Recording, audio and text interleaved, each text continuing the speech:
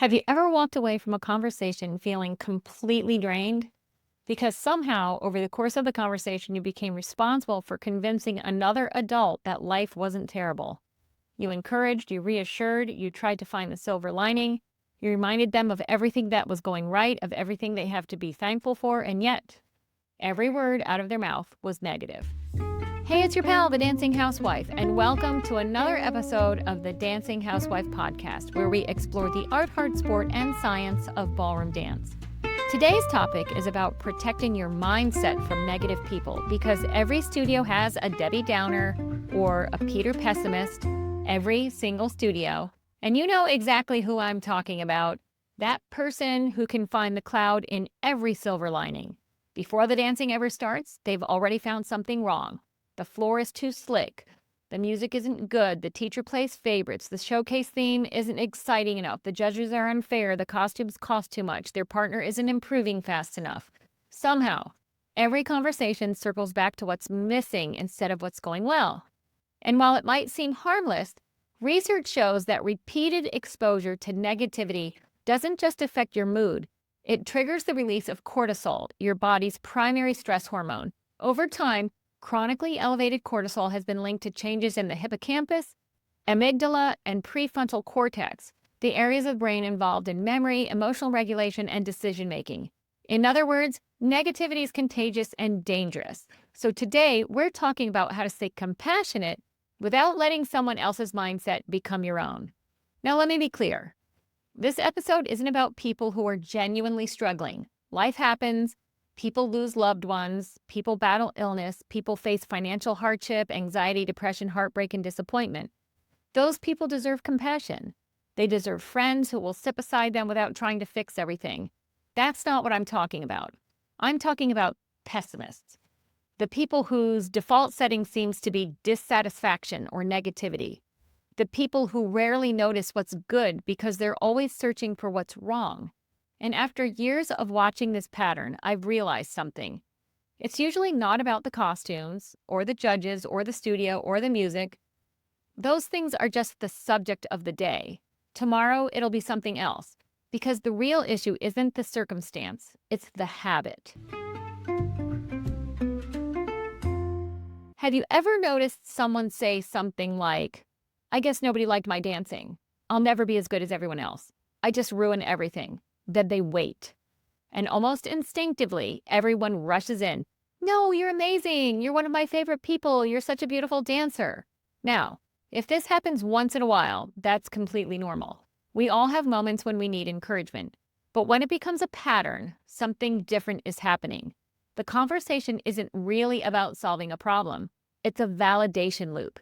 It's about getting reassurance. And without meaning to, everyone around them becomes responsible for supplying it. If you're naturally optimistic, compassionate, or a fixer, this is where you get pulled in.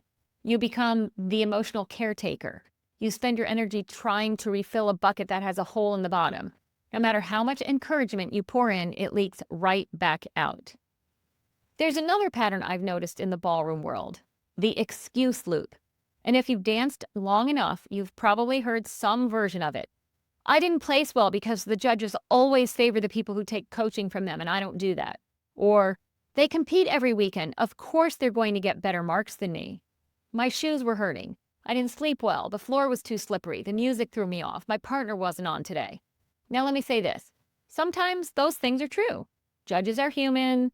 Shoes do hurt. We all have off days. But here's the question. Is that your explanation every single time? Because there's a big difference between acknowledging an obstacle and making it your identity. People who consistently make excuses rarely improve. Not because they're untalented, but because excuses remove the need for personal responsibility. If every setback is someone else's fault, or something else's fault, then there's nothing left for you to learn.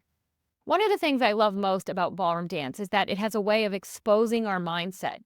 After every competition, we have a choice. We can ask, "Why didn't they reward me?" Or we can ask, "What can I do better next time?"